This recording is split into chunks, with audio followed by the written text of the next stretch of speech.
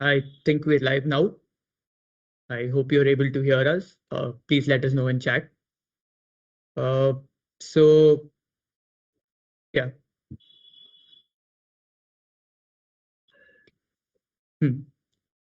So, think we're all waiting to get started. Apologies for the delay and everything. Took us time to catch up with Aushim. But here we are with the much awaited event. Hey, yo, wait. It's still not live for some reason. 15-second delay. You guys not live yet. Okay, we are live now. Okay. Hi guys. Okay, we are live You're now. able to hear us, see us, and everything's good. Hi guys. Please let us know in chat. Okay, we are live Apologies now. for the delay. Took us time to catch up with Aushim. But here we are. Please let us know in chat. Apologies for the delay. Took us time to catch up with Aushim. So here we are. Before we get started, just like apologies for the delay.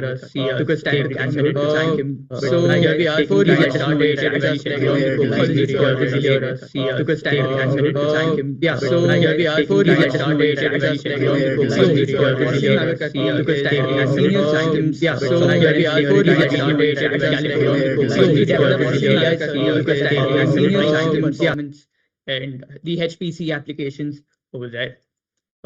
He's done an MS in electrical and computer engineering from Carnegie Mellon University, and he's also an avid researcher at the Opal Lab, where he researched federated ML. Aushim is passionate about computer systems, architecture, ML, and he enjoys embedded projects. In his free time, you'll catch Aushim exploring literature and also hiking in California's wilderness. Aushim, would you like to give the viewers a fun fact or two about yourself? Yeah, sure. I have a slide for that actually, but before we go there, just wanted to thank you for inviting me to be the speaker for this series. You guys have definitely exceeded my expectations and all the logistics and how you've organized this event. So once again, kudos to you, and let's begin. Let me try sharing my screen and let me know if you can see my slides.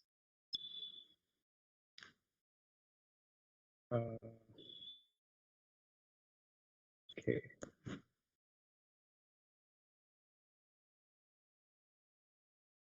Do you see it?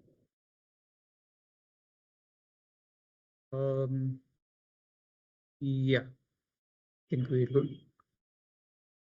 Okay, awesome. Yeah. Is this live in the chat as well? Just confirming is. before we start. So okay, cool. So as I said, I always like to start my speaker series and my talks with a couple of assorted pictures about myself. I think it's a good icebreaker. It tells you a little bit about myself, and it also lets you put yourself in my shoes and understand where I'm at in life. So this first picture is obviously me. It's actually a very overused picture. It's my DP almost everywhere, and so it's formed this deep bond where I can't do without it. The second picture was actually taken somewhere on the East Coast of the United States. I'd gone camping somewhere in Virginia, and we were camping in the wilderness at night. And it was so dark that we could barely see anything around us, even if I held my hand up to my face, I probably couldn't see it. But the coolest part was that if you looked up at the sky, it was entirely lit up. So in that moment, the only thing you could see was the sky with all its stars and shooting stars and satellites. And the reason I put this picture up here is because it always reminds me that when I'm feeling stuck in life and I feel like, I look around me, I work in tech, and I think, oh, everything's already been disrupted. There's not a lot of innovation left to do. I look up and I'm like, wow, we've barely explored anything. So that's my fundamental philosophy in life, and it kind of keeps me going. This third picture is me at CMU. I graduated in 2022, as Anirudh very nicely introduced. And this is CMU's historical campus in the background. As you can see, it looks very nice in summer. And there's a lot of history attached to it.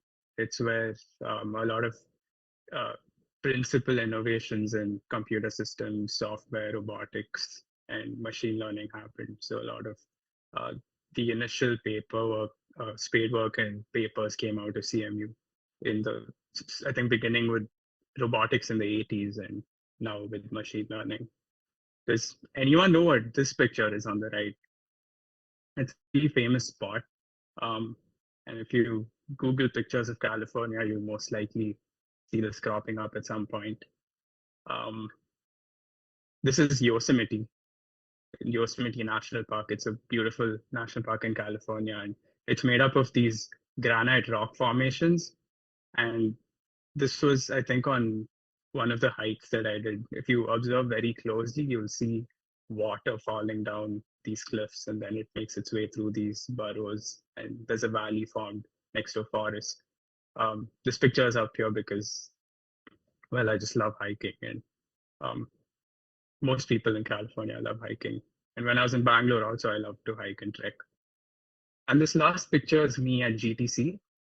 So GTC is this AI conference hosted by NVIDIA at San Jose every year.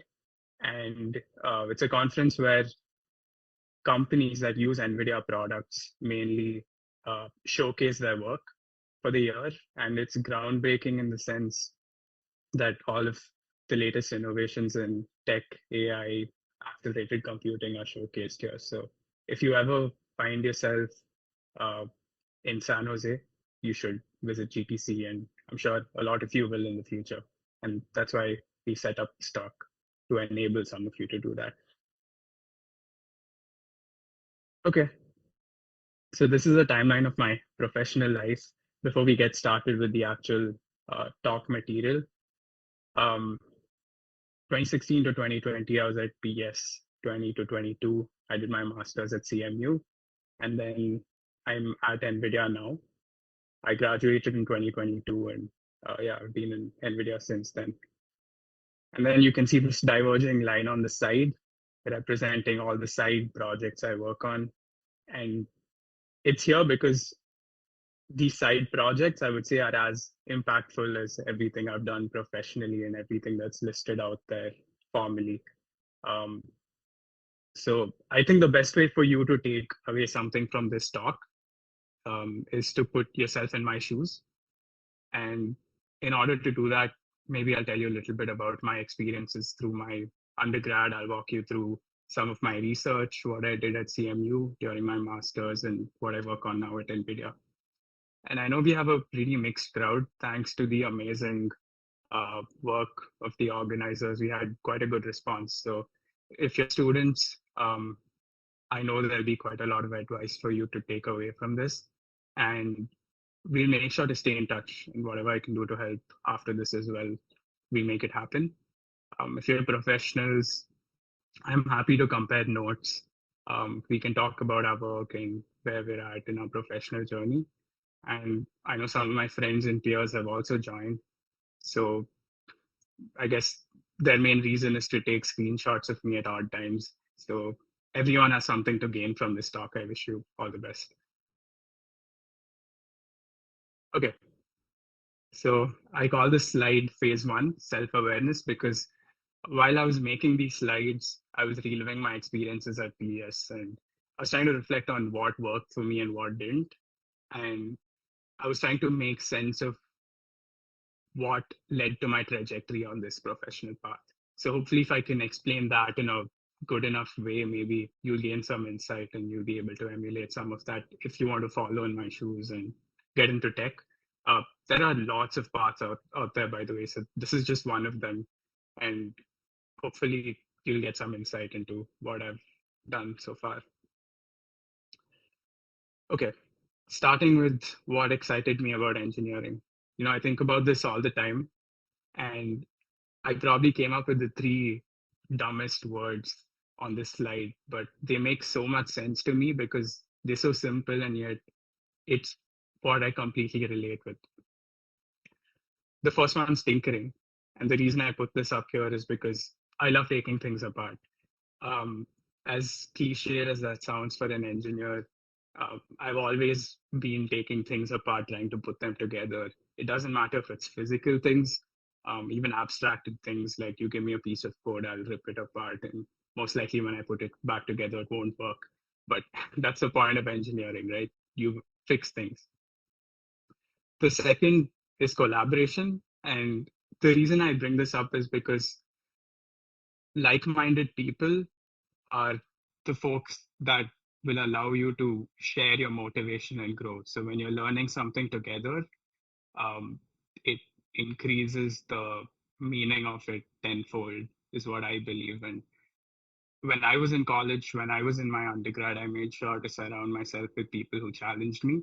And that way it led to learning and development without it feeling like, oh, now I'm with my friends, I need to hang out and do these fun things. Right?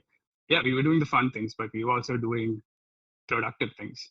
And we didn't know they were productive at the time, but it all added up and it led to something that I could use for my career. And I'm talking about projects and stuff like that.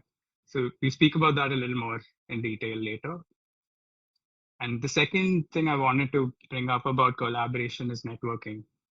When you collaborate with people during your undergrad, when I say collaborate, it doesn't have to be on a professional level. It can also be your friends, your classmates, whoever. Just get together, work on stuff, solve problems. When you develop those relationships, you realize that your networks range far beyond your immediate classroom. For example, some of the people I work with today at NVIDIA are not necessarily in my company, but people I've collaborated with even in other companies are from PES. As surprising as that sounds, our world is pretty small, so you'll end up meeting the same people wherever you go. And the third is, of course, friendships. When you form very core memories during your undergrad, you realize that those set of friends are the ones who will stick by you through life. And I know this is getting a little mushy and advisey, but as you go through your different phases from school, college, post-grad work, you realize that these networks, these friends, and the people you shared your undergrad with are always around you, for better or for worse.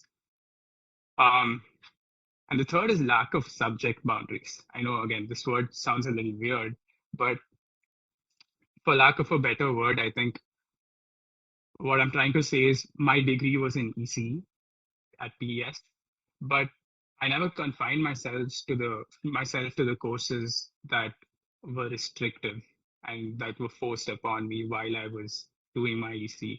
And the reason being, you'll always have your subset of interests when it comes to doing an entire 4-year course, right? So you might like some subjects, you might not like some subjects. That's totally okay. But for example, I worked on multiple subject areas like logic design, computer architecture, software, robotics, neuroscience. And I felt like all of these things just made sense later when I worked on projects. But while I was working on these different domains, it didn't make a lot of sense to me. So this lack of subject boundaries and just being interested in everything in general was a big help in allowing me to absorb new things and learn things as I grew. So as I said, the courses might be restrictive, but no one's stopping you from working on projects. And I think that is the key to your undergrad. If you're in your third, fourth year, whatever, doesn't matter. You can always pick up a project and start working on it. Okay, and this is a funny analogy that a lot of people here in the US use. When I was applying for my master's and talking to people here, a lot of people told me that my master's degree would be sort of like a buffet. And that made no sense to me. But it does make sense to me now in hindsight, because everything you do during your last few years of undergrad, maybe your last year of undergrad and your master's, will boil down to very specific choices. So you will have to pick your coursework very carefully. You'll have to projects, you'll have to pick your friends, and in some ways, even your lifestyle when you're doing your master's. And all of those choices will lead to like one perfect meal or one perfect recipe that adds up and shoots you down the path of whatever you want to be. And this analogy is uh, it's augmented by uh, this picture on the right.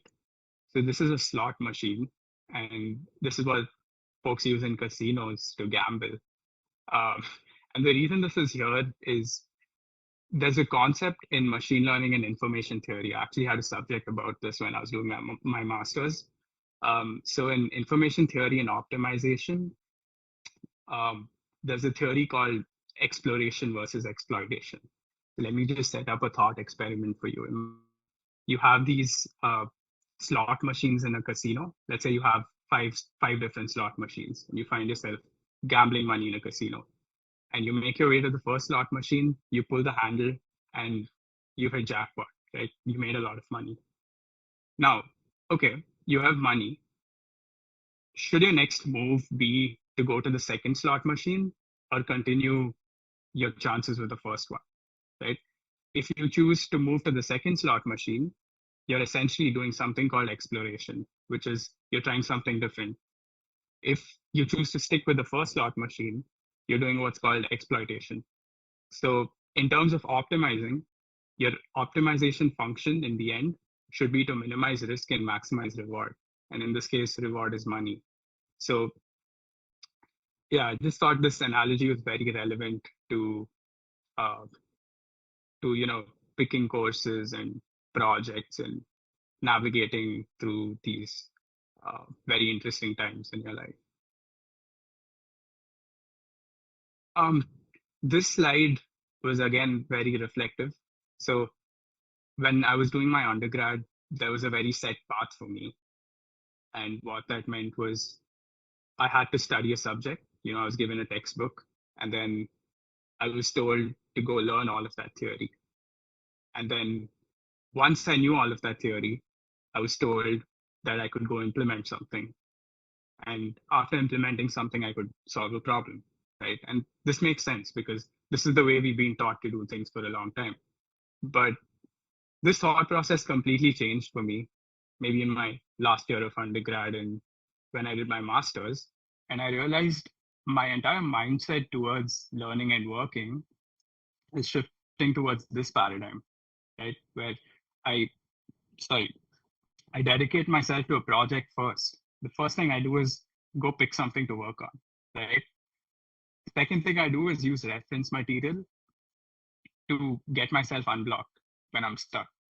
And the best part about this cycle is that you're constantly learning without a barrier to entry. You're not thinking, oh, I'm not good enough for this. You just start something and then you admit, I'm only human, I have issues, I don't know everything. And then you use references, you use Google, you use ChatGPT, whatever it is, right? It's not cheating. I think it's a great way to learn. You need to use these tools instead of thinking using these tools is cheating. And then you solve a problem. So how can you apply this to your undergrad? I've said it a million times, dedicate yourself to a project. Just pick something, start working on it. You think it's interesting, it doesn't matter. Don't confine yourself to subject boundaries. If you're doing your undergrad in one stream, don't think, oh, I should only do a project in this stream, because you can always use stuff that you've learned in one subject and then apply it to another later. But it's always important to solve a problem in the end. The way you do it doesn't really matter. Let's talk a little bit about what projects I worked on at PES. Again, just an assortment of projects. These were the first 5 things I could think of when I thought projects from PES. And hopefully this quantifies a little bit of my work. So the first one, this guy, is my first project that I worked on, and it was in bioinformatics. There was a company called Hitachi that had sponsored a lab at PES when I was doing my undergrad. And the project that was assigned to me was to figure out cholesterol levels in blood without invasively extracting blood from it. So we used EG, I think it was ECG sensors. ECG sensors are sensors that give you readings based on light intensity, and they are placed at the wrist. And based on that, we got like thousands and thousands of files of data. We actually went to hospitals and collected some of this data. And then we ran some analytics on it to figure out, oh, based on this light and set intensity variation, can we tell if a person has dyslipidemia, which is high cholesterol versus low cholesterol? The second project I worked on, I want to talk a little bit about this drone that you see here. I was just Googling this the other day. This was part of a robotics competition called eYantra, where we had to autonomously fly a drone to different markers with an overhead camera and then land this drone on a moving target. So I was just Googling eYantra the other day, and it looks like it's still around. So if you have a chance, it's completely free to register, and I highly recommend you do that because it's a very hands-on project. This specific project, if I remember correctly, taught me robotics because we used ROS. It taught me embedded systems. We had image processing, and we had a lot of software engineering and design. Oh, and we had PID control, which is a very important concept in control theory. So like 5 or 6 different concepts that are taught in different subjects in school, just in one project. The third project, this was actually what I worked on at MLab. We used to call it MLab back then. It stood for Microsoft Innovation Lab. Now it's PS Innovation Lab. What we worked on was this thing called motor imagery. And motor imagery is essentially it's a concept where if somebody's thinking of moving some part of their body, let's say I'm thinking of moving my hand, but I'm not actually moving my hand. It turns out your brain generates a bunch of brain waves which have different frequency, and you can capture these brain waves using EEG signals and then quantify them and use machine learning to figure out which part of your body you were trying to think about moving, right? And the important takeaway from this is you're not actually moving any part of your body, you're just thinking about it, which means you're generating very noisy signals. You're working with concepts like signal processing, you're working with concepts like machine learning, of course, analytics, data science, because you're cleaning up the signals and ensuring you store it somewhere, retrieve it, window it, and do all the fun stuff. So again, this taught me to work with sensors. It taught me a lot of ECE concepts like signal processing that I'd only studied before, filtering, changing domains between time, frequency, and then applying classifiers. I think we used SVM. This picture is, I think this was my final year project. I can't remember exactly, but because I remember the project more than when we submitted it. But this had to do with using embedded systems and sensors to tell when a parking spot was either free or taken. And we wanted to scale this and apply this as a solution in Bangalore, where every parking spot would have this sensor that you could use and an app to tell a user whether there were any free parking spots available around you.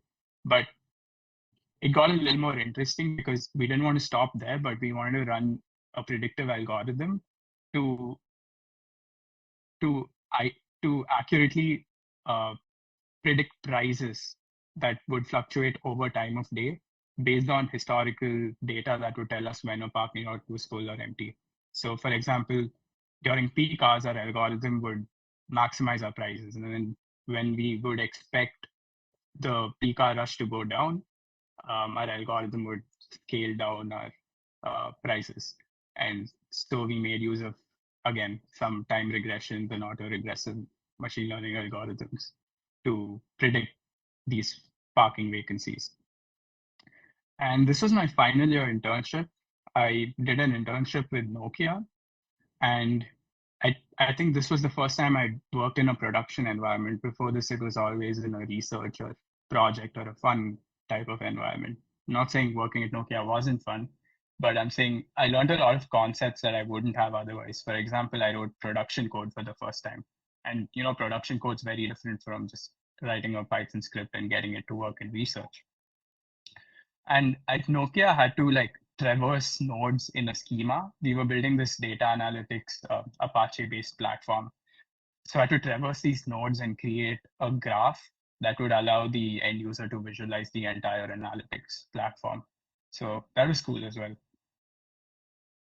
And then I would say came the most interesting part of my undergrad. So remember that project I told you about where I worked with EEG signals? It turns out somebody at ISC was doing the exact same thing. And I emailed Professor Aditya Murthy at ISC and I told him about my work, and he was very interested to have me come on board as an intern. And so I worked on this project with him where we simulated human hand movements. That is this picture here. And we tried to build a recurrent neural network, which could be used instead of us moving the hand physically. It could be used to, we want to train it to do that hand movement automatically. So what that means is a recurrent neural network is usually very good. Sorry, that was Alexa. My recurrent neural networks are very good at predicting time series data or modeling time series data. So we wanted to ask our recurrent neural network to predict or accurately fit a specific hand movement. And then we wanted to do a reverse analysis on the recurrent neural network to see which neurons are firing at what instance, to see if there's actually any correlation with how our nervous system works. So usually we would do the opposite, right? We would observe something in nature and then try to emulate it digitally. Here we were doing the opposite. We were trying to simulate something using neural networks and then see, oh, does our nervous system do the same thing? So that was pretty cool. A little more about LSTMs. A lot of you might know about it, but while we're here, I might as well tell you a little more about why LSTMs are used and where. So as I said a little earlier, LSTMs are great at trying to model time-based data. And the reason is, imagine you have time series data, which consists of data points at every step or every time interval, right? In this case, consider somebody moving your hand from point A to point B. At every time instant, there's a certain position in XYZ, and there's a velocity as well. So every position is unique in the sense it's located in a different dimension in space, as well as maybe an extra dimension in velocity or acceleration or whatever forces you want to consider. So an LSTM has this abstraction of weights called memory, which essentially holds the state of weights from the first timestamp to your output at the current timestamp. And the reason this works so well is because you also have a forget gate, input gate, and an output gate. You can think of these as like a simple feed-forward neural network in each of these boxes. The forget gate controls how much of this memory propagates. It's a sigmoid function, so basically it scales this part to either 0 or 1. Right? A sigmoid is just it's a curve that saturates at 1. And so if it's closer to 0, it says, you know what, pick more of the timestamp x of t. If your forget gate is more of is leaning towards 1, it would say, okay, consider the current time step, but also consider some of the abstractions of the weights from the previous time steps. And then you have your input gate, which is essentially scaling your input x of t. And you have your output gate, which also takes your input and it takes your memory. And it's a function of all of these and then gives you your output h of t. And this h of t is fed into the next network. So this hidden state that you see, h of t minus 1, is the output of the previous LSTM cell. Yeah, and this picture was one of the labs at ISC, and this thing that you see here was where folks would do these physical experiments with people. So you would hold this handle and then move it around, and this machine has a bunch of sensors that would record forces, velocity, position, etc., and plot them, and you could accurately get a simulation of how somebody is moving their arms, and then you could model it either programmatically or some other way. Okay, question for you. Can you guys figure out where this picture was taken? Anyone? Yeah, so this was during hash code, and the picture in the middle is from lab, right? Exactly, yeah. So this was me in 2018, I think. We were volunteering for hash code, which, as many of you know, is a 24-hour hackathon. And it was probably the most exciting time for me at PS because we got free pizza. Look at all these stacks of pizza, right? And this was a picture of us somewhere past midnight, exhausted but happy to be where we were and very content with life. And this is the blackboard in the lab. If any of you have been to MLab, and if you can tell from the picture, this was actually the first time some of us were trying to figure out how backpropagation works. And this is the first time it made sense to me, like it clicked. So again, this is a great example of how to build a community and how you can grow with a community, because when you discuss all these abstract concepts with people, you don't have to compare yourself with people, but it's just when you discuss concepts, they don't seem as hard at face value as they might be. You just figure out ways to understand, and it just becomes fun after a point. So whether or not you decide to study further, I think some of these points, if you implement in your life right now, you will see great results.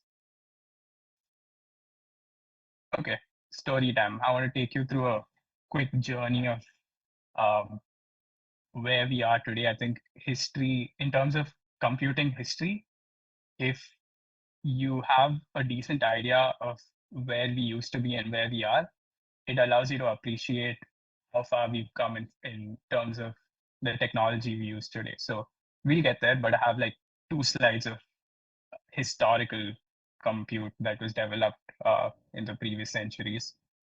Does anyone want to take a guess what this machine is?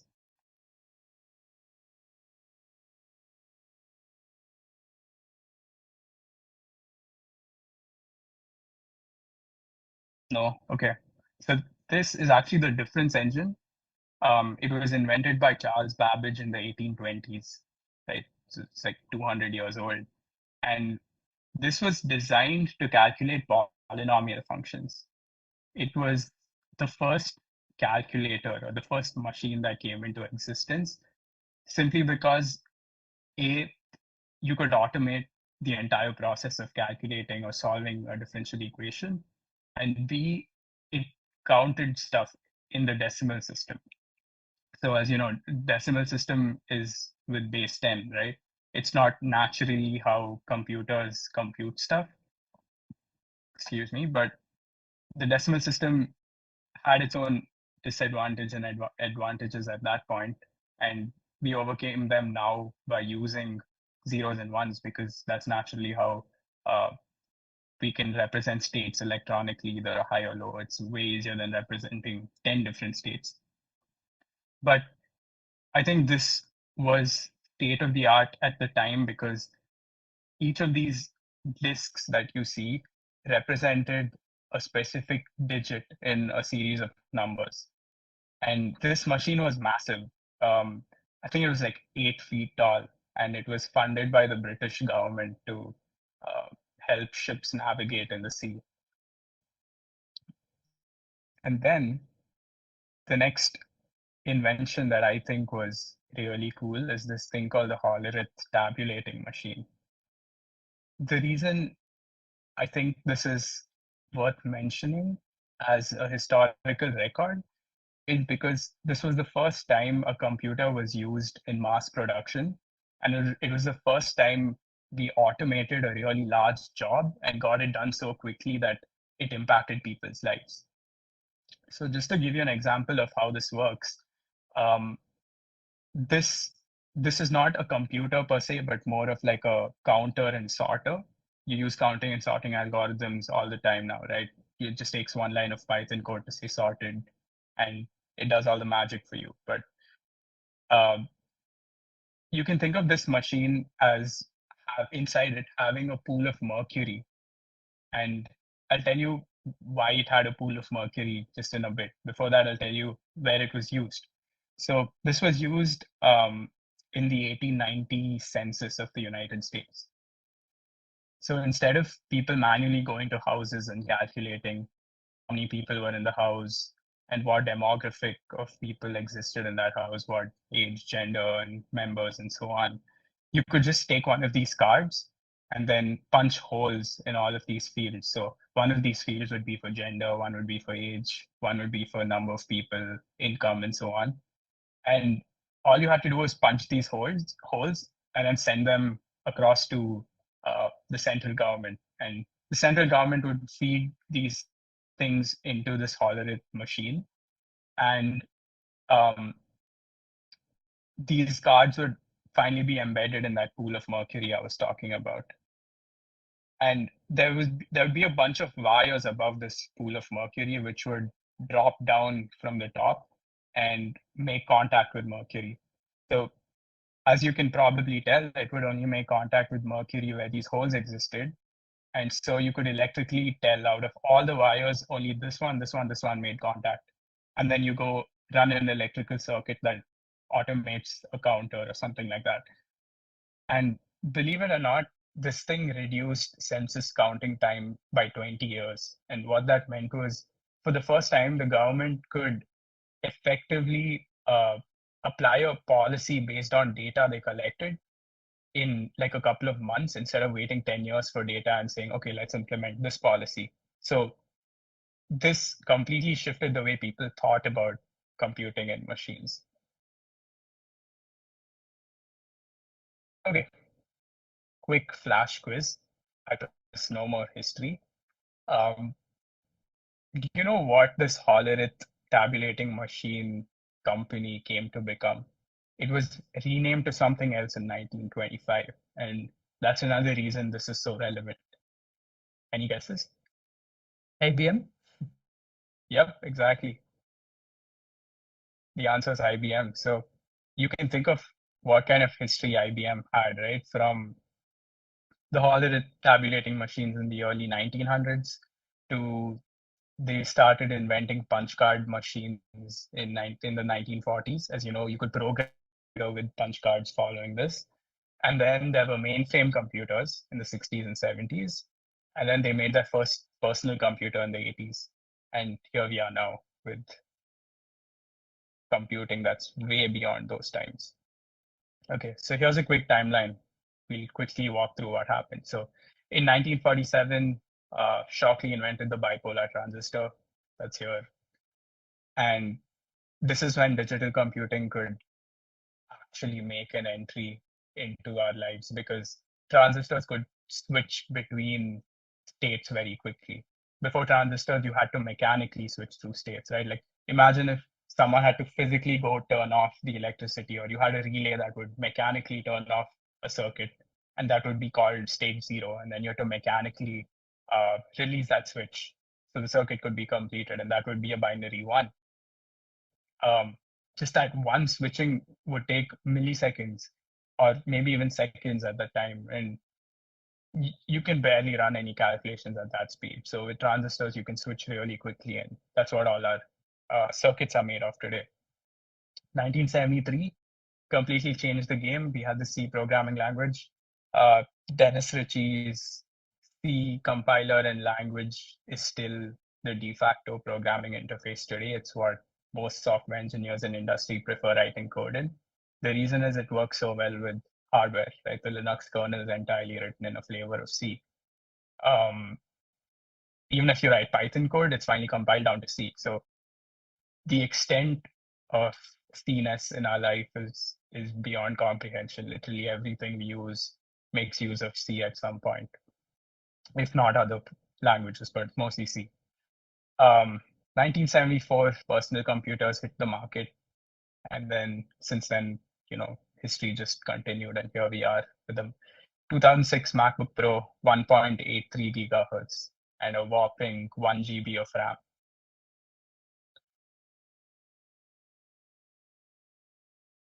And then there were other things. There were mobile computers, supercomputers, networking breakthroughs, software breakthroughs, and finally we hit generative AI and accelerated computing in the 2020s. And the reason this is so relevant is because there was one device or one invention that everybody thinks of the minute you say generative AI, the minute you say accelerated computing, and that is the GPU. So why is the GPU so revolutionary, right? It's just another hardware component. But what a GPU does is very different from what a CPU does. They're both important. You can't have one or the other. It's always both together working to process data. So if any of you have taken architecture courses or are in ECE or have worked with CPUs in the past, you know how they work. CPUs execute instructions very serially, right? If you write 4 lines of code, and let's say they boil down to 100 instructions, it would execute each of those instructions one after the other. And in a sense, they're pipelined. What that means is your CPU does things like it fetches, it decodes, it processes, it does a load store, which in simple terms has 4 pipeline stages. But it still has to go through those pipeline stages synchronously. So if one instruction is in load store, the next instruction would be in the process stage. And even if it's in the process stage, it has to do things like branch prediction to figure out if there's an if-else statement, which way to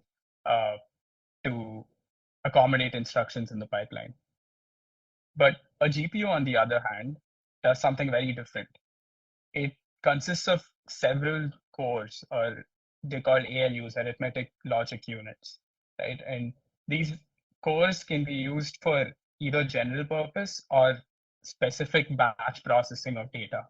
For example, when you add 2 matrices, CPU would go execute each addition separately, but a GPU would just take all of that, implement it in its cores, and then perform the addition of batch data.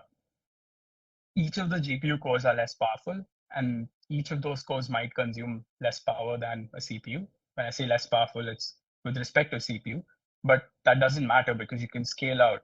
You can do so many computations at once. It's all parallel data, right?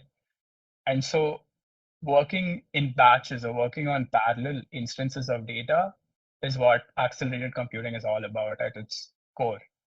Now, of course, the way you would transmit this data to the GPU is a completely different story. But at its core, what a data center has is a CPU and GPU working to crunch numbers, to crunch these matrices and generate sort of intelligence out of it. So to put things in perspective, this is the Cray one. In 1975, it had 160 megaflops. And fair comparison, but a MacBook Air in 2024 has 3.6 teraflops. What is that? 10 to the power 4 order of magnitude.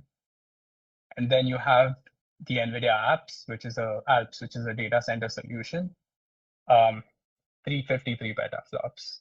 So it's just order of magnitude in increments. And maybe in a couple of years, you'll be holding something like this in your hands. Who knows?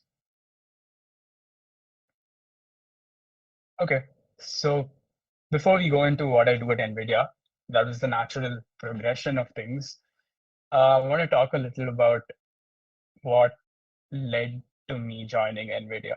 And a lot of that has to do with CMU. This is the CMU campus on the right. And a lot of it boils down to the very first 2 courses I took when I joined CMU. So when you do your master's, you'll have these people called academic advisors who give you advice on what courses you should take and how to structure your career path so that you can go into a certain field of your choice. They will say, okay, take this course along with this course, and it'll help you achieve your goal of maybe becoming an ML engineer. So I wasn't sure, right? Like I said, I was interested in a lot of things. And my academic advisors told me to either take systems courses or to take ML courses, but do not mix both. But for some reason, I was feeling over ambitious and I decided to go against their advice. And I took these two courses that are never advised to be taken together. One was Foundations of Computer Systems, which is a complete systems course. And the other was Introduction to Machine Learning, which is a complete ML course. I know it says Introduction and Foundation, but trust me, they're very difficult courses. So one was low level C, the other was high level Python. So while I was doing bit manipulation and very low level assignments in one in FCS, in ML, I was writing neural networks in PyTorch and trying to optimize them, things like that. So I would do one thing, like one assignment, and then switch to the other and just be completely blank. Like, what am I doing? Right. But it just sort of clicked towards the end of the course when I was running like these PyTorch experiments. And suddenly I got these CUDA errors. And I was like, wait, this just makes sense because under the hood, it's doing these bit manipulations. And so I just became interested in wanting to know how the entire stack works. And that's sort of what got me interested in joining NVIDIA, because NVIDIA is one company that provides a complete full stack AI solution, right? That means they make the chips, they design the chips rather. They design the chips, they design the boards, they design the data center circuitry, they design the networking infrastructure, they design CUDA, they design software applications, and all the ML models that go on top of this architecture.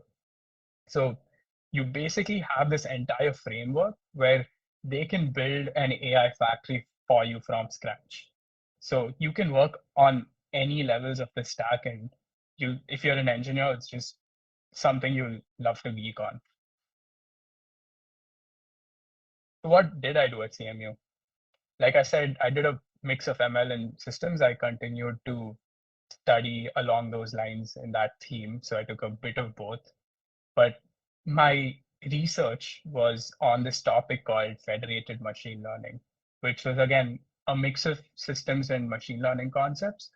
And I'll walk you through it a little bit so that hopefully I inspire some of you to look into federated ML and where it's used today. It has a lot of applications, especially in industry. And I think some of the pioneers in this are Google. Google was funding my lab, NVIDIA, of course, Meta, and some of these companies that work on core ML applications. This was on the right. This was one of my teaching assistantship classes. So as you can see, we were solving this very complicated optimization problem, bunch of math equations. But what it boils down to is a paradigm where you have a central server and you have a bunch of nodes. You can think of these nodes as maybe mobile phones, and each of these mobile phones have a copy of a machine learning model on them. For example, imagine you're texting somebody and your keyboard is able to predict what next word you should use, right? And that next word will differ from you and your friend who's also using the same phone, but it'll be running the same model. So the idea behind federated learning is every mobile phone trains its own model, and then it sends its model weights to the central server to aggregate. Rather, doesn't send its weight, sends gradients to the central server to aggregate.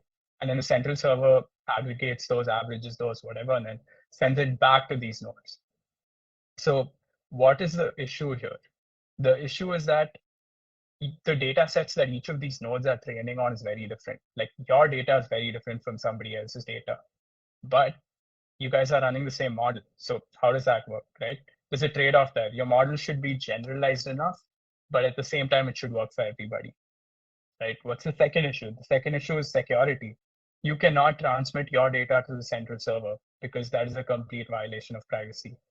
And so instead of transmitting model weights, you transmit something called gradients. And I think you should look this up a little more. If you have questions, I'll be happy to talk about this. I'll stay back after the talk as well, and we can discuss these concepts. Always happy to. But this is the basic gist of how it works. And this is what I work on at NVIDIA. So this is a data center rack. And all of these tiny things that you see that slot into the rack are called compute nodes. So if I take one of these out, I'll see that each compute node is a PCB, which has a CPU and GPU on it. Actually, this is Blackwell, so it has one CPU and two GPUs on it. And trust me, these are some of the fastest systems you'll ever get your hands on. So I'm very lucky to be able to log into some of these systems every day and mess around on them. I can't even tell you how much computer, what you can do with it. Yeah, you can probably run Crisis on this, right? Crisis 1. So let's see. NVIDIA made $22 billion of revenue in the past quarter of financial year 25. This is a big number. So my team helps write firmware for these servers. And essentially, we work on this component called a management controller, which does all of these functions for the server. So imagine you're working on a computer and you type the reboot command, right? Okay, your software accepted that reboot command, but what happens on the firmware level? How does it actually transmit or gate power? There's this sequence of how your computer would shut down first and then come back up, right? There has to be an interaction between firmware and hardware for this to happen. It's not just software. It's not as simple as turning off your screen. Firmware updates. You realize that in these servers, there's a completely parallel infrastructure, a completely different set of protocols, hardware interfaces that are solely dedicated to running very complex and a different stack of firmware that only does these things like firmware update, downtime. It gets data from sensors, so you can record thermal events, power events. You can get health of the server, and then you can either pass it on to the user or you can take action. Like let's say one of these nodes heats up a lot, right? Somebody has to go turn it off, and it's not the user. So you need a management stack to do that. So there are these completely parallel compute stacks. One is the compute stack itself, on which you run your workloads, right? If I was doing a machine learning application, it would run on the compute stack, PyTorch, CUDA, CPU, GPU, networking infrastructure, and so on. And then on the other hand, you have data center infrastructure that's actually enabling this control stack to work. And the management controller is a key part of that. It basically controls how all of this works. So just to give you some specs on this server, I have it written down here. It has 208 billion transistors and it produces 6,480 teraflops. Flops is a way you calculate performance. It tells you how many floating point operations are calculated every second. Okay. Aushim, before we move on, I had a small question regarding the data rack. Yeah, of course. Go for it. How much? What is the power consumption that it takes? Like, what is the power consumption? I'll actually come to that. I don't know if I can give you a number yet because we haven't released this product and it'll come out soon. But trust me, it's a lot, and it's a great question. I'll come to it later because I'm actually working on something related to power right now. But before we go to that, let's watch this video of how a data center is put together. And this basically shows you the building blocks of the data center and why it's so cool. So just tell me if you can hear audio as well. I'll start playing it. If you can't, stop me and I'll replay it. Okay?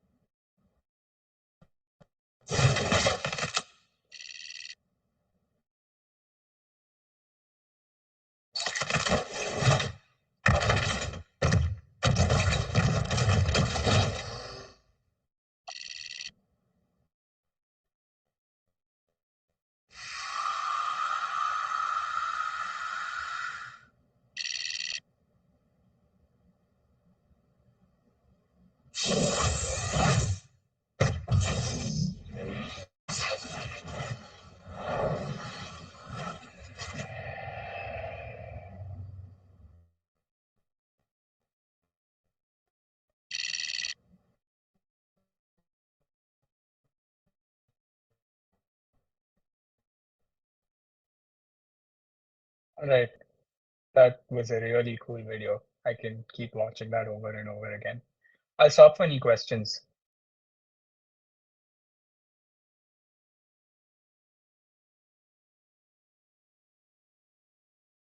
Anything in chat?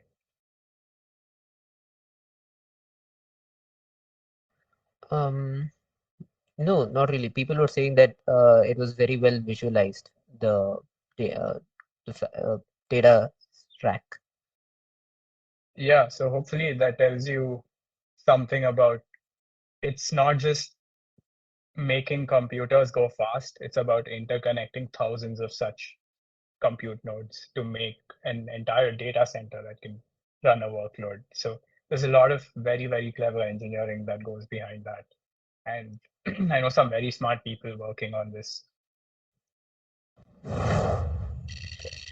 Let's go back to slides. Okay, and now we'll address the question that came up just before this, which is, okay, the compute's cool, but what about the power consumption, right? And this was a recent report I saw where it said Google and Microsoft consume more power than more than 100 countries put together. So to put that in perspective, Azerbaijan, which consumes a little less power than Microsoft, has 10 million people living in that country, right? And all of this power consumption, or most of it, is coming from data centers. So it's not just about uh, how fast your code can go. A large factor of how efficient your code is depends on how much power it consumes overall. And when I say code, I'm talking about code at scale. If your code or your ML application is deployed on one node, it's fine. But you scale it up to 1,000, 10,000, and then it starts consuming a lot. And the reason this is fresh in my mind is because I'm working on something similar to that, where I'm trying to capture the amount of power consumed by one of those compute nodes and uh, use that telemetry to expose it on a rack level. That's, yeah, so just to put things in perspective, power is a huge factor when it comes to data centers and GPUs. Okay, before I go into the application process, because a lot of you had questions about it, the first phase was all about my work and what I do. So again, I'll stop for questions. We'll have Q&A at the end as well. So if not now, I'll just keep going and then we can stop for questions later. I think we can wait for like a minute to see if there are any questions on chat. Sounds good.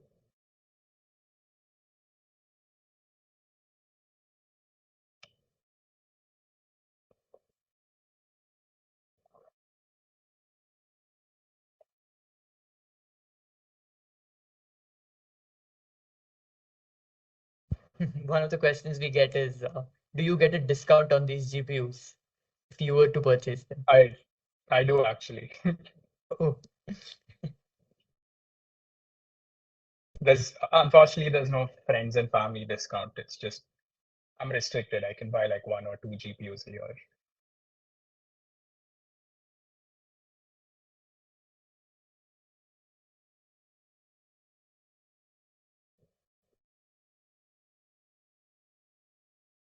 Wait, so can we ask you to buy one and then buy that from you?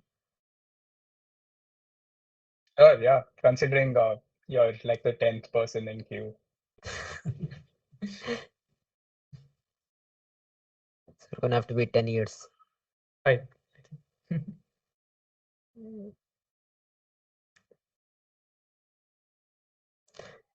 People in chat are asking how's life in general. Life in general or at NVIDIA? In general, In I'm doing general. well. Thanks for asking. I feel good. Okay, yeah, I think we can get back We'll to we'll take some of those questions at the end. I think let's keep going in the interest of time. So phase 2 is master's application process. A lot of this information is from when I applied. So really you should reconsider and do your own research. But this is what it took for me. So the application packet or what you need as a deliverable is 4 things. One is your letter of recommendation, which you would ideally get from professors or folks you worked with uh, on relevant projects. You can get a couple from industry, whatever works from you. So 3 is the minimum. You can provide, I think, some let you provide 4 or 5 at a max. The second is test scores. So I had to take the GRE and TOEFL and stay till the end of the talk because I have something important about this to give out to you guys. And at my time, TOEFL was generally given for universities in the US, and IELTS was the English exam that was given for universities in UK and Australia. I think almost all universities in the US accepted TOEFL, and some accepted IELTS. So that's an important distinction to make. The third thing is your statement of purpose. We'll talk more about this as well. And fourth is university transcripts. So everything related to your marks, grades, whatever it is, contact PSCOE and they will help you out. I believe there's a process where you have to apply for a transcript and then they'll generate one and call you. When I was there, I had to apply online and pay some fees to COE, and then they would generate grade reports, and then I could use those to mail them into the university. Okay, so how do you even begin with picking a college? Let's say you've made your mind on wanting to go to the US. I can speak more confidently about colleges in the US, so those are the examples I'm giving you about. I was sure where I wanted to go, so the US was my only destination. So the first thing you want to do is go to any website and pick a list of like 50 to 100 top universities. The ranking doesn't matter because wherever you go, you'll see like the same university circulating in the top 100 or 50. The next thing you want to do is pick a field of study, right? So when you're doing the ranking, you can just rank it based on your field of study. It doesn't matter which website you go to again. This is just to collect a bunch of names. And once you have a bunch of names, you want to start grading them or ranking them based on your criteria. The way I did it was I had 2 criteria. One was my main criteria, which consisted of 2 things. One was research output and industry outcomes. Research output is what quality of research comes out of these universities. That was very important for me. And industry outcome is where do people get placed, right? What are their salaries and so on. So I have this link. Most colleges post an outcomes link, so you don't have to keep asking people, what are job prospects, how much do careers pay you, and so on. So let me just click on this and see if it works. I don't know if you can see this. I can still see your slide. Yeah. You can see my slides, right? Yeah. Okay, let's see. Let's see if I can share it again.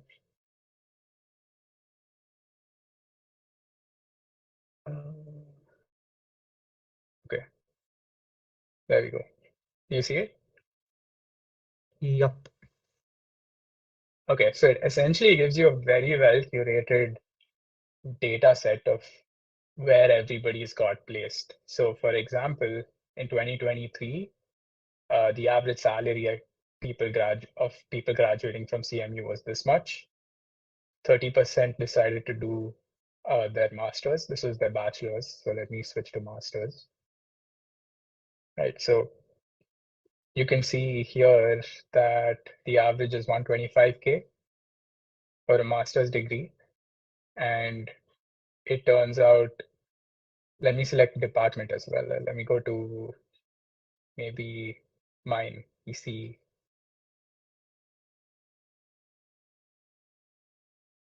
Okay. Yeah, so these are the placements. 30 people went to Apple, 20 went to NVIDIA, 19 went to Amazon, and so on. This basically gives you a very good idea of what you can expect from at least the top universities in the US, as long as you work hard. Okay, I'm going to turn my sharing on for the slide deck again. Tell me when you see it. Yep. Okay. And the second point I was considering for my main criteria was reach. Do you know any professors at your target college? Or do the people you work with know any professors at that college? And this is important because in order to get into a good college, you also need to be recognized.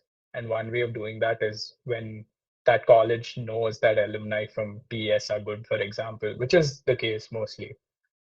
And then the second criteria for me was the secondary criteria for me were things like location, weather, proximity, and I weighted this a little lower than my primary criteria. So how did I start scoring them? Let's take an example. So let's say I looked at college X from that huge list of colleges. I decided to score it 4 points for research, 3 for industry, and 1 for each out of 10.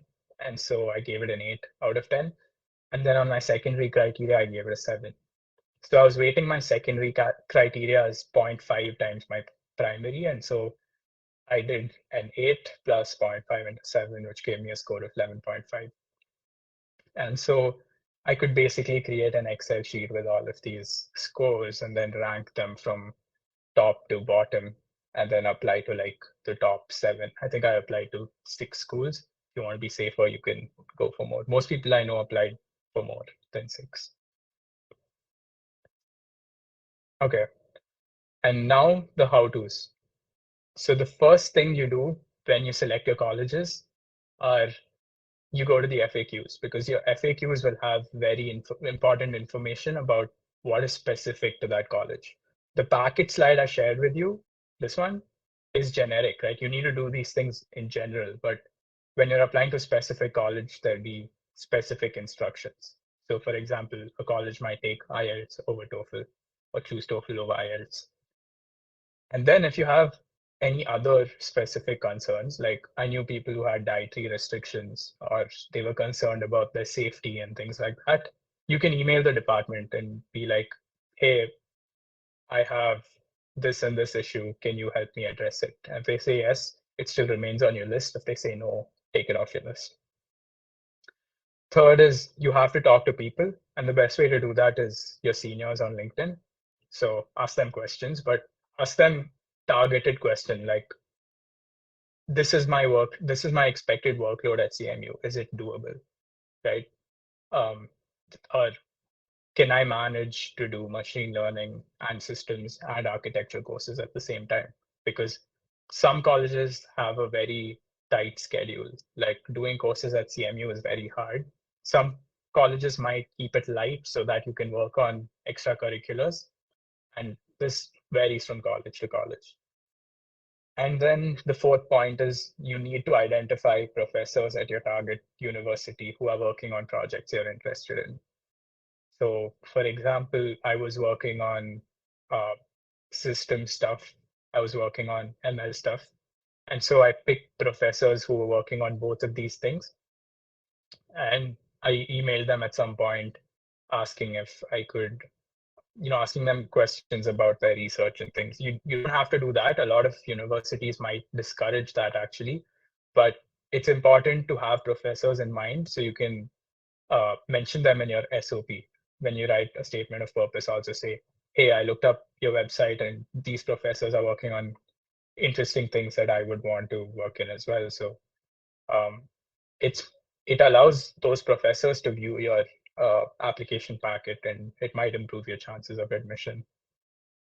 And the second reason you want to select colleges is because when you write your exams, you can send out free test scores the minute you complete your exam. So if you have a handy list of universities, like 5 universities, I think you can send them your data right after you take the test. If not, you have to pay extra. Okay, so here's phase 3. There were a couple of questions compiled by the organizing committee.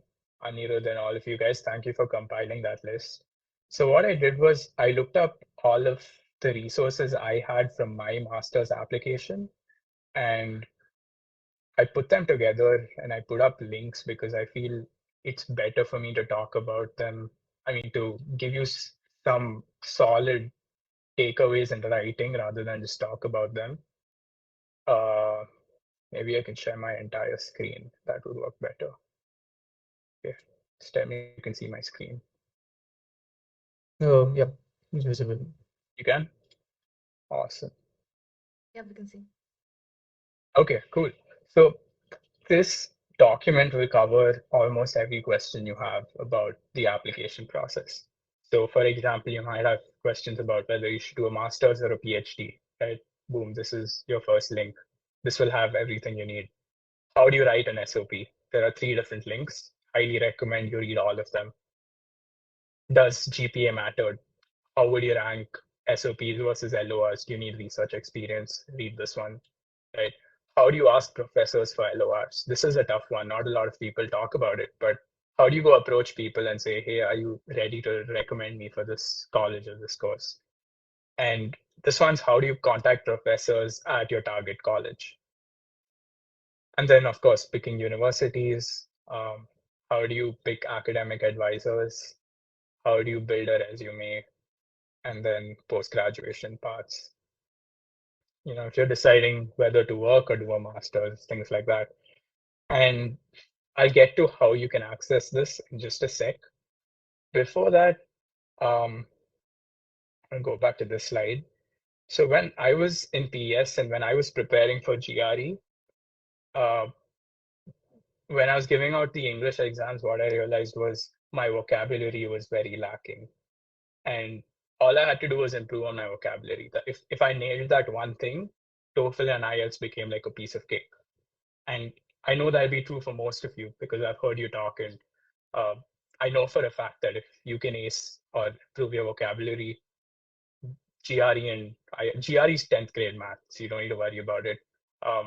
But yeah, the words are what you might hit a roadblock with. And so one day in my last semester, not my last, in my third year, I decided to create an application. This was sitting in my Google Drive for a while, so I refactored it and pushed it to GitHub yesterday. And here's how it works. So it's a database of words. And when I run it, it opens up an application like this, very, very basic, but it does the trick. This is all I used for GRE prep, and it worked out great. You click next, it prints out a word. Do I know what this means? No. And all these words are words taken from GRE exams from previous years. So if you know these, you're good, mostly. At least for my year, that's the case. So, okay, I know this word, I know this word, I know this word. I don't know this word. I click on meaning and it prints out the meaning. So these act like flashcards where you can keep refreshing your memory.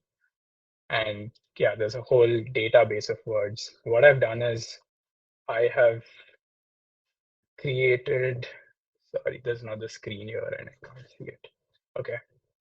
I've created this repository and I basically slapped an open source license onto it. What that means is you guys can contribute to this, you guys can change the code, add words to the database, whatever. But my plan was to hand this out to you so that you can take this forward and then share it with folks at PES, share it with your batchmates, and you can grow this repository together so that you're crowdsourcing information. That's the fastest way to get information, right? Instead of Googling it, all of you come together to put information in one place.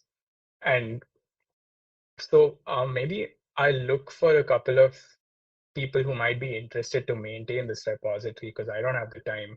I'll just hand over the keys to you and you can take control of controlling things like pull requests, commits, and so on. This will help all of you learn how to use GitHub, and at the same time, you'll be contributing to open source. And it's a good exercise for before you join industry when you actually start contributing to open source, because I contribute to open source in my day-to-day job. So there's this words application in this folder. And then The document I just posted is also here in this markdown called learnings.md. So you can find all of the links in one place. And I highly recommend that you guys put your own links in here, like raise pull requests and just increase the size of this repository and make it as useful as you can. So any of the organizers, can one of you take the action item to get back to me if anyone's interested to be a maintainer? I'm sure there will be a lot of people, so you can just help me vet folks and we can decide later, but let's take this forward. Yeah, Sure. we'll make sure that gets done. Okay, awesome. Yeah, that's pretty much all I had. I heard that you guys had questions for me, so maybe we can start talking and addressing questions. So this is my LinkedIn and this is my email ID. If you guys want to talk to me offline, feel free to shoot me an email. Thank you so much. I'm exhausted. So let's go to questions. But I had a great time, so thank you. I think we'll break for a minute or two before we start with questions. Sure, Let yeah. everyone absorb all the information they've got.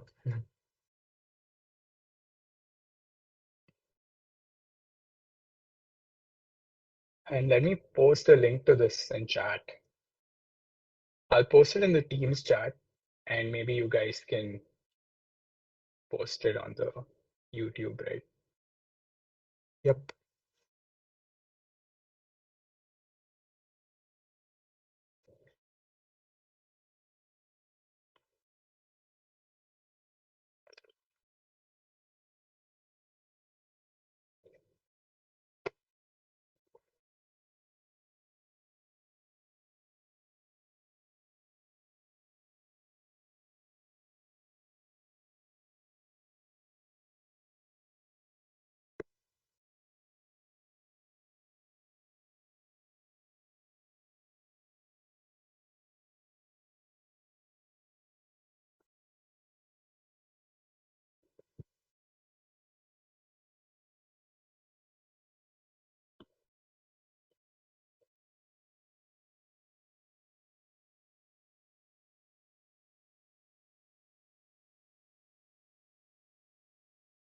Oh, and I think I forgot to mention, but in that GitHub repository, there are functions that let you add words. Right here, if you comment these lines of code, you can basically just add a word and a meaning, and then raise a pull request, and then someone can merge it.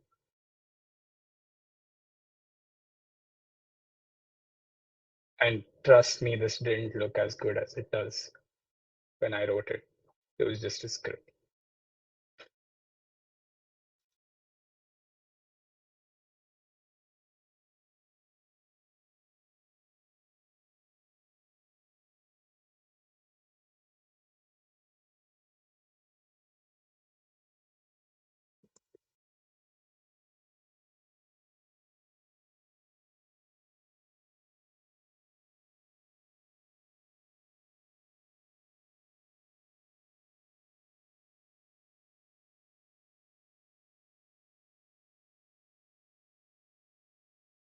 Okay. I think we're ready to move on to Q&A. Okay, great. Let's go. Yeah, so one question that I had when you're talking about your master's journey was, so how do you like narrow down your areas of interest when you select a specialization? Because usually in your undergrad, you're provided with a breadth of experience across multiple domains.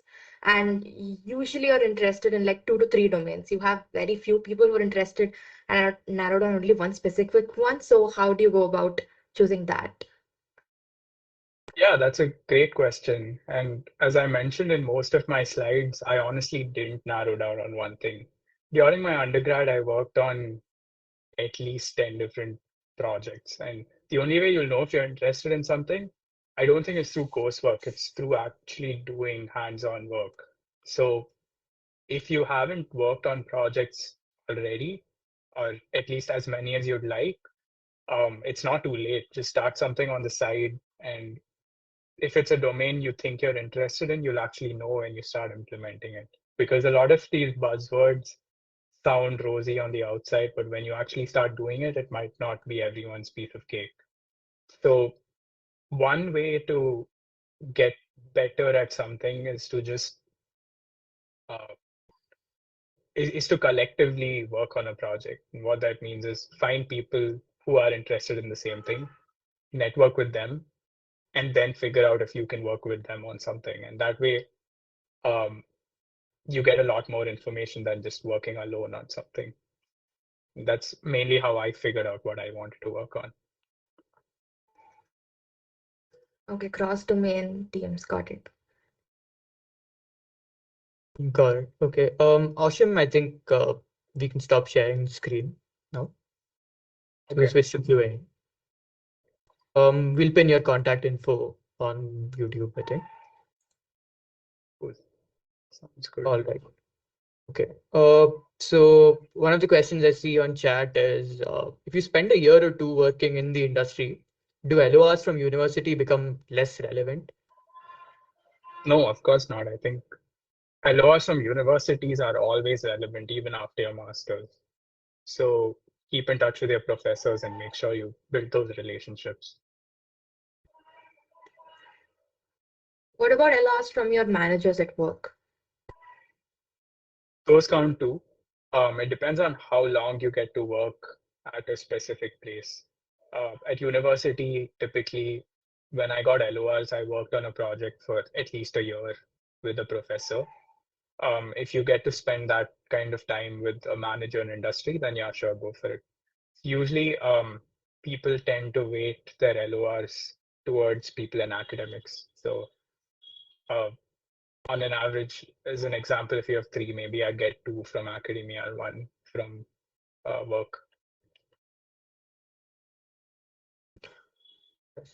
Okay.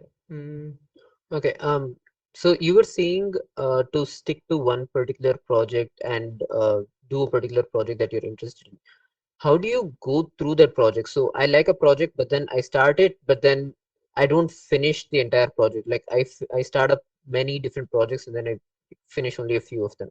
How do you suggest someone to like finish a project or go through a project? Yeah, that's a great question. And that's something I haven't completely mastered either because I pick up things and just leave them halfway if I hit a roadblock sometimes. But uh, I think the answer to that is all the projects I've been able to complete thoroughly are ones that uh, I worked with some very influential people with. Like, if I know that somebody is dependent on my project being successful, generally I don't tend to uh, push it to completion. So the reason is when you work as a team, I guess you just motivate each other to uh, push your boundaries. But if you're working alone on a project, you tend to do as much as you can, and unless it's very pressing and you have to release that project for something you're doing, you might tend to slack off. So this is just what works for me. It's not necessarily a generalized thing. Okay. Makes sense. How do you go about approaching like research or problem solving in your role? Because a lot of the problems that people are tackling at the undergraduate level or after that don't have answers to them, right? Nothing's written in stone. How would you go about approaching these kind of problems? Because I think a lot of us have like no clue about where to get started when there are no predefined answers. Because we've Yeah. been The funny thing about this question is it doesn't get better. Even at work, there's no predefined answer to any problem that I have. Like I have to go figure out how it works. So honestly, like you never graduate from college. You have to keep researching, reading papers, stay up to date with what's happening. Take up courses if you find yourself lacking in a specific field, and just always learn. One thing that helps at universities is you get access to a lot of research journals that not only publish papers, but they also have talks and things like that. So, staying in tune with people in your area who are experts, even through Twitter or something like that, will generally motivate you to read up more about the subject, at least for me. And at NVIDIA, there's a bunch of smart people that I can talk to and get guidance from if I'm stuck. And that was the case at CMU as well. A lot of smart professors and folks I work with. So yeah, collaboration is super important. Got it. Mhm. Okay, so another question that is frequently asked is, as AI grows, will AI eventually automate all jobs? And that scare is always there. So what are your thoughts on that? Honestly, I don't know. But if you ask me, at least for the next decade, I would say at least jobs that do something innovative are here to stay. When I say innovative, I mean a mundane job like somebody who is stationed at a place to look for an event to happen would be replaced by maybe a camera that has an ML algorithm to do detection. It's already happening, right, with Ring and all these doorbell services. So even today in industry, I think AI is being used extensively. As a software engineer, I use AI every day, and it's mainly being used as a co-pilot. So it doesn't substitute a person's work, but it boosts your productivity.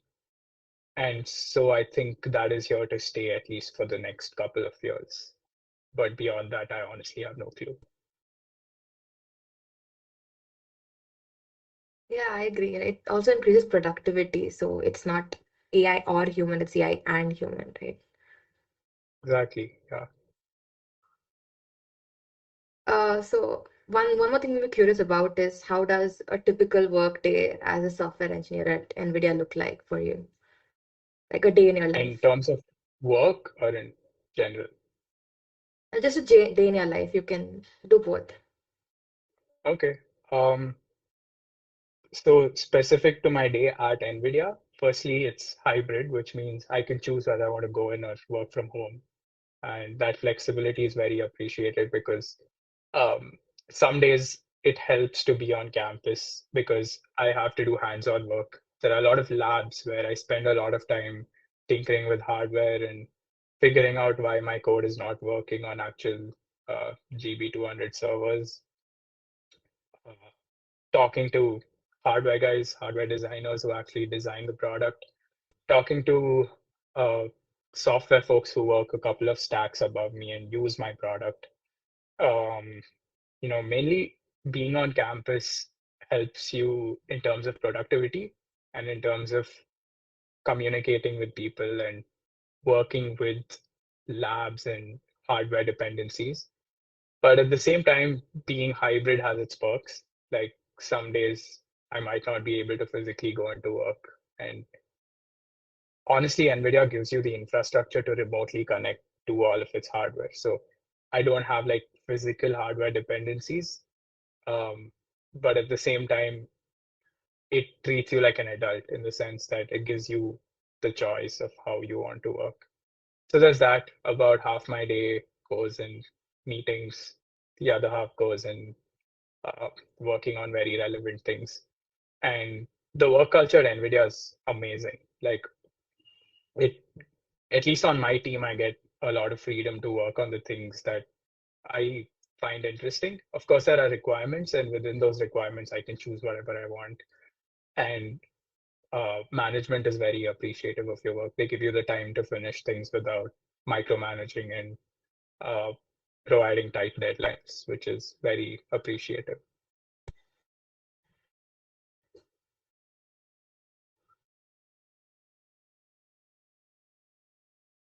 Okay. One of the questions on chat is, how do you recommend approaching a professor to do some research with them? And since this would help later on for the masters with the LOR and everything. Something that ties up with this is cold emails in general, right? If you have to reach out to some professor outside the university, how would you go about doing something like this? Okay, so I can think of two things in this context. The first is you have to have had work, like essential work in the domain the professors work on, that they would see and be interested to either accept for you to work with them or for you to work on similar projects with them. And the second is you should do enough research to figure out what that professor works on. So when you approach them or cold email them, you can write a paragraph about why their work is relevant to you. So it's both of these things, why your work's relevant as well as why their work's relevant. And if you can have this information and email them, generally you should get a good response. Sure. So these are the things that you would include in an email when you email professors, right? Yeah, and again, read through those links I sent you because they have a lot of advice about all of these generic questions. Got it. We'll pin that in chat. And yeah.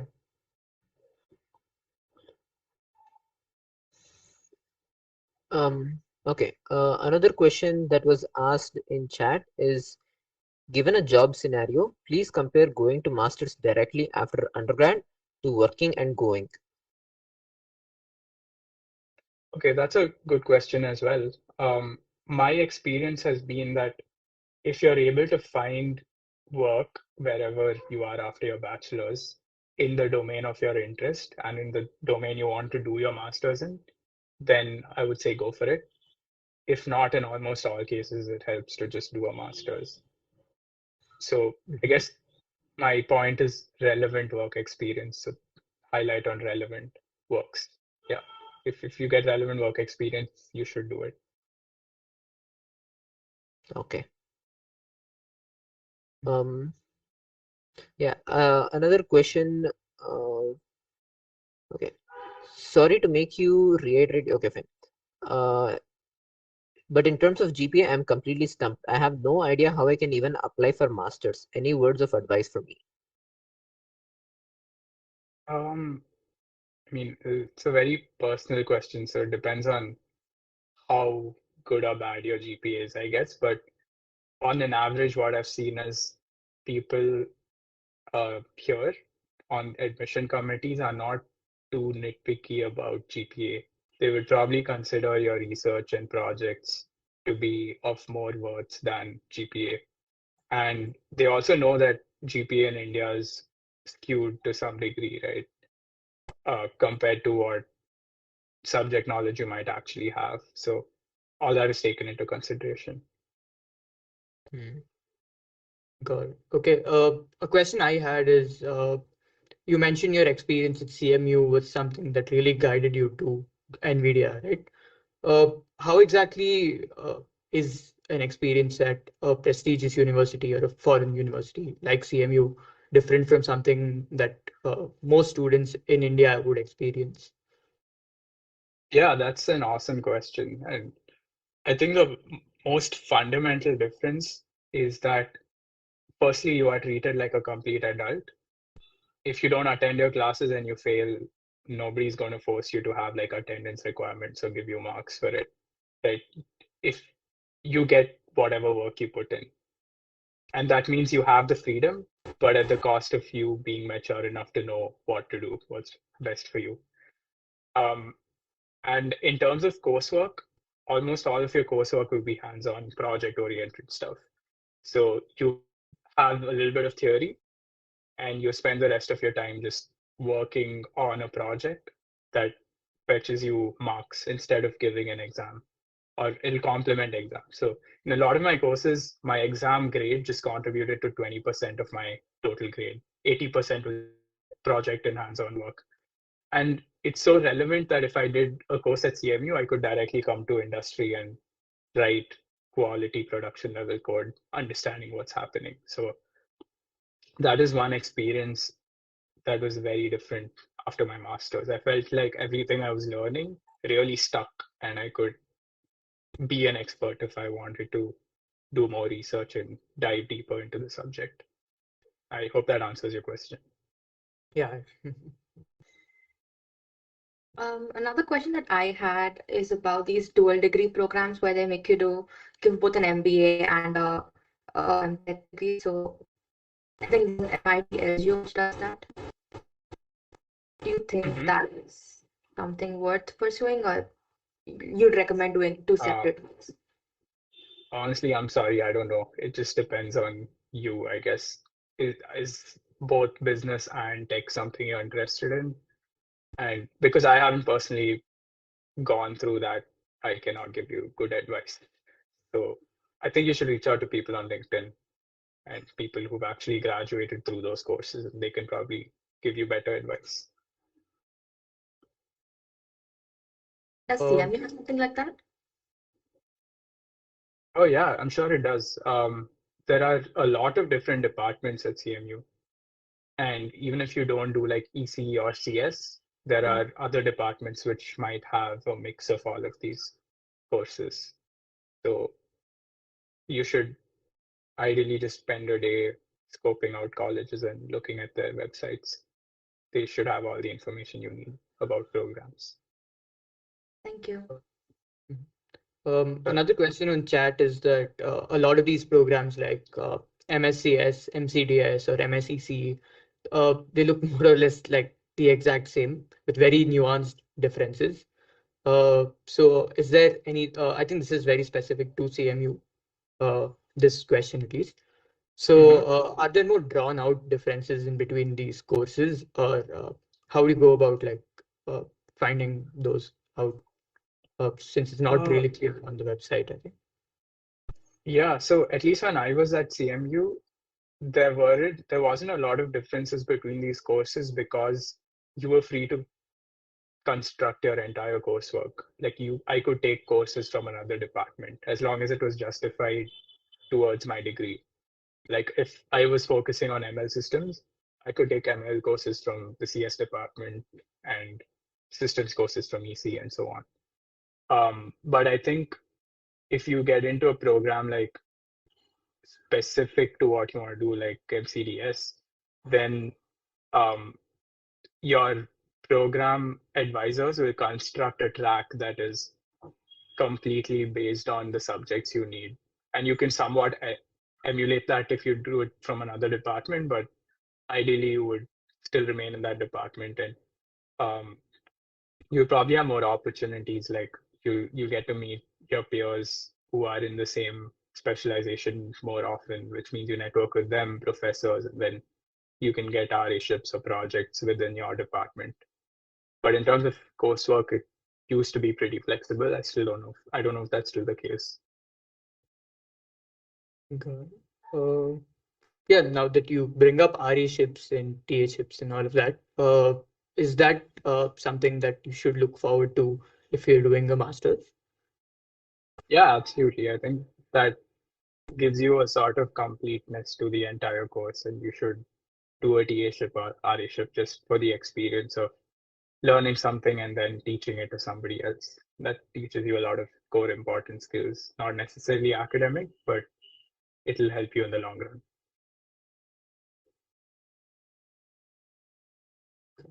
Okay.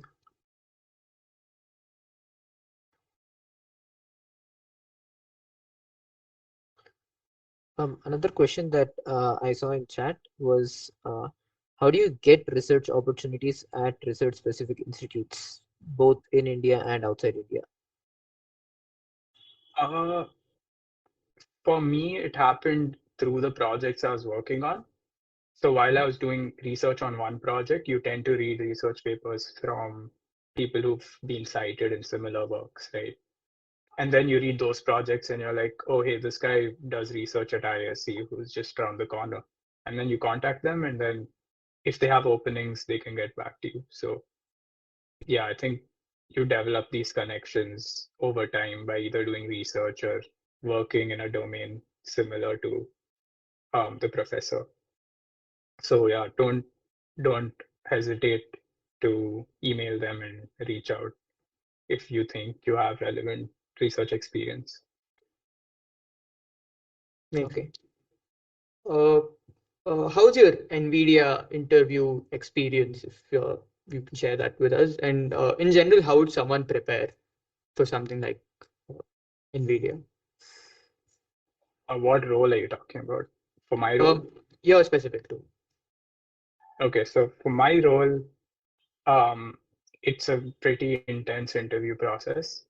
It was a little, I wouldn't say easier, but it was less intense for me because I did an internship there and I got a return offer.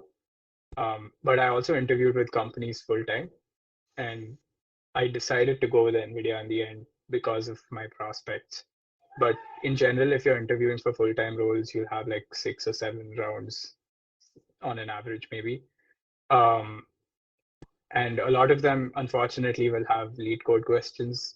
Some might be medium, so that trend continues. But I think a lot more importance is given to core concepts.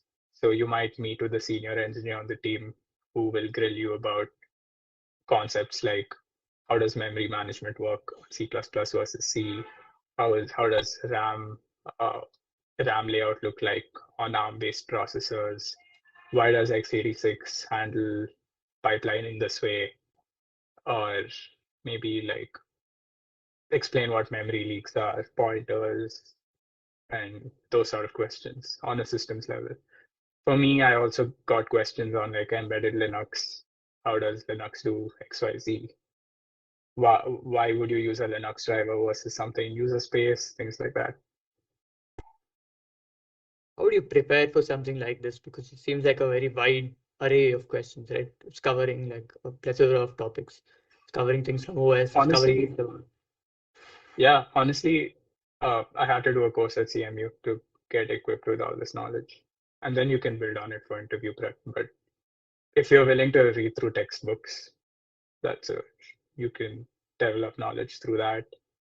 And I'm sure you've done courses at PS as well, where you've had reference textbooks you can just go read up related to your courses. So if you studied like C programming or compilers, just be interested enough in those concepts to know these things, I guess. And you can all look up websites that give you tips for interviews, like Blind and LinkedIn and so on. I'm not on those, but I'm not on Blind, but I know people who are. Another question that we have is scholarships for masters, and in general, how do you manage your finances while doing masters? Again, this is very subjective. If you go to state colleges and you do RA-ships, generally they have a fee waiver. But if you go to private colleges, usually they pay you by the hour. So you don't get a waiver on your fees, but they pay you some amount. And in general, you can expect PhDs to be completely funded, while masters are self-funded programs in general. But again, this varies from college to college and depends on what kind of TA-ships or RA-ships you do. So yeah, you'll have to do your own research for this.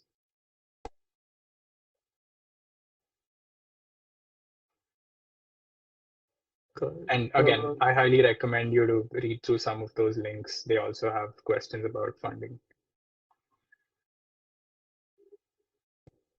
Could you give us your view of the job market right now? Because there has been news for a while now about the job market not being good and things like impending recession and things are just not going to be as good as they were for tech in the near future. Yeah.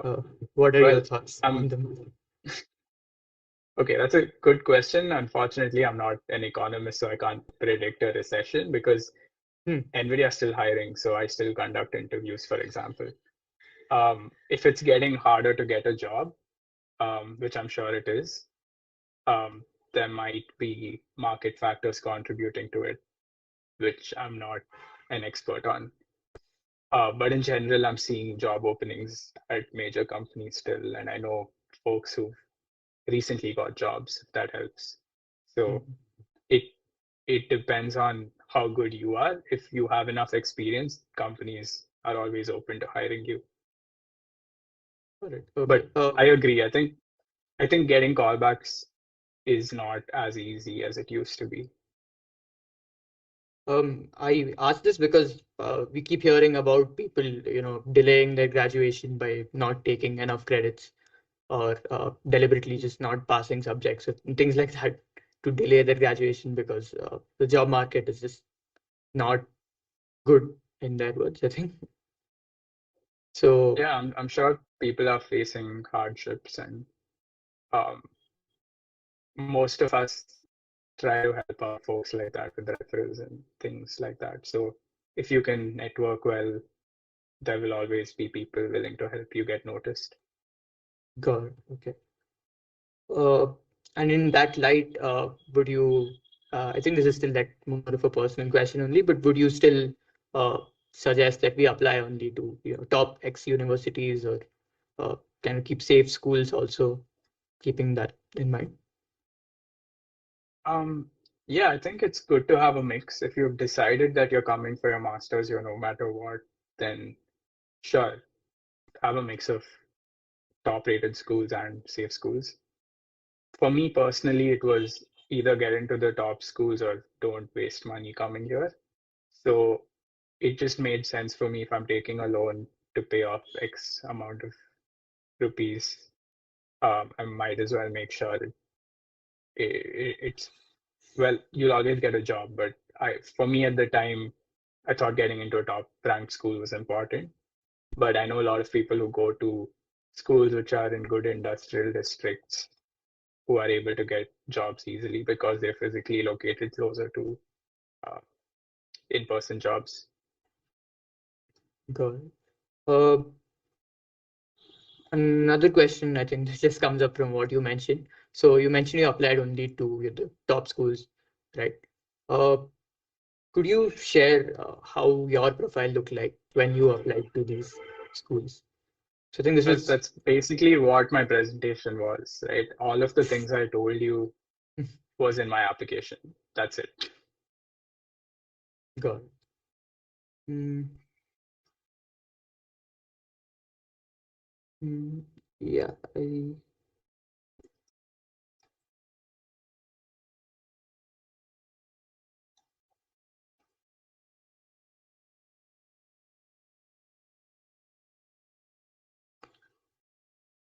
we'll wait for a few more questions on chat if the viewers have any. One question that I got is regarding your work in modeling the human movements in the project that you showed, which you did in your undergrad. How did you simulate and test it? Oh, so there's this open source software called OpenSim, and it allows you to build models, graphical or GUI models that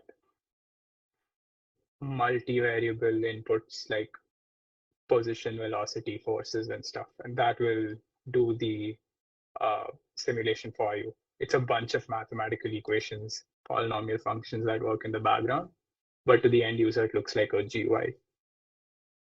So you can connect neural networks and signals to it and see how it reacts. Okay, thank you.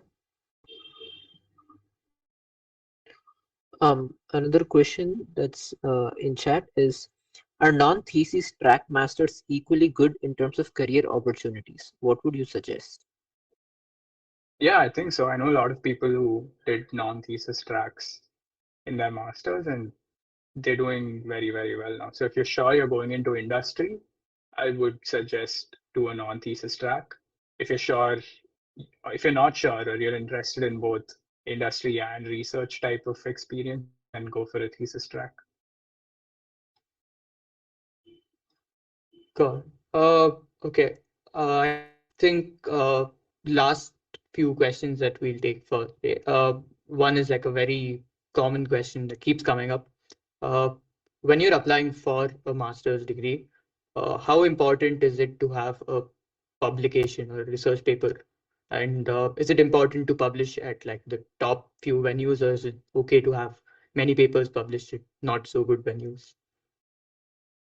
Okay, again, I think it's up to the admission committee to decide that because there are no rules as to how many publications you can have. Like I know a lot of people who do not have publications that have got into top schools. That being said, if you have publications, it's a feather in your cap. So it's a sure short way to let the committee know that you have accredited work in a specific area, right? How else will they know if your project is of good quality? So yeah, just one of those things that gives you a certification of how well you worked on something.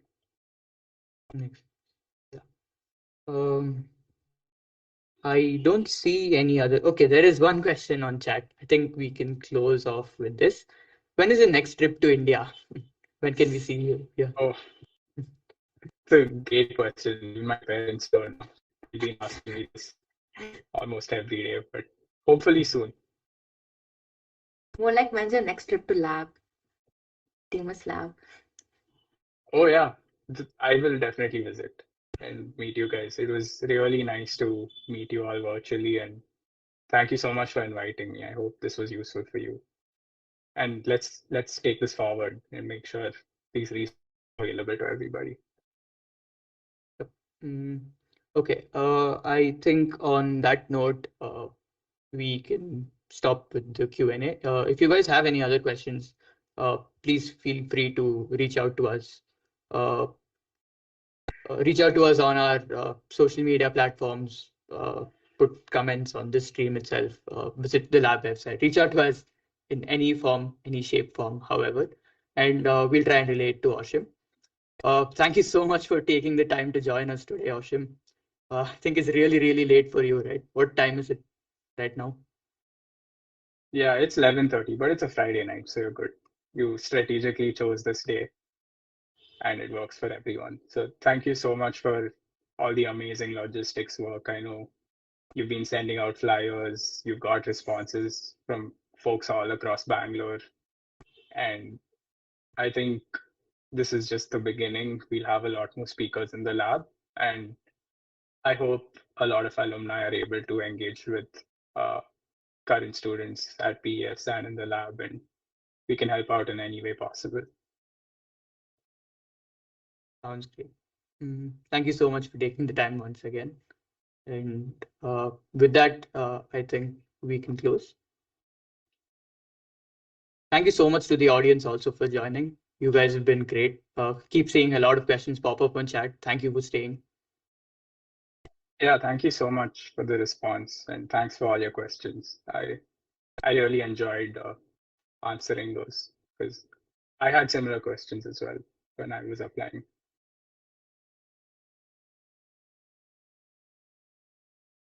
Right. Do you have any closing thoughts that you want to? Just grateful. Thank you to you guys, the organizing committee, to everybody who attended. I know it's a Saturday morning, so thanks for giving me your time, and we'll make sure you have some good takeaways from this talk.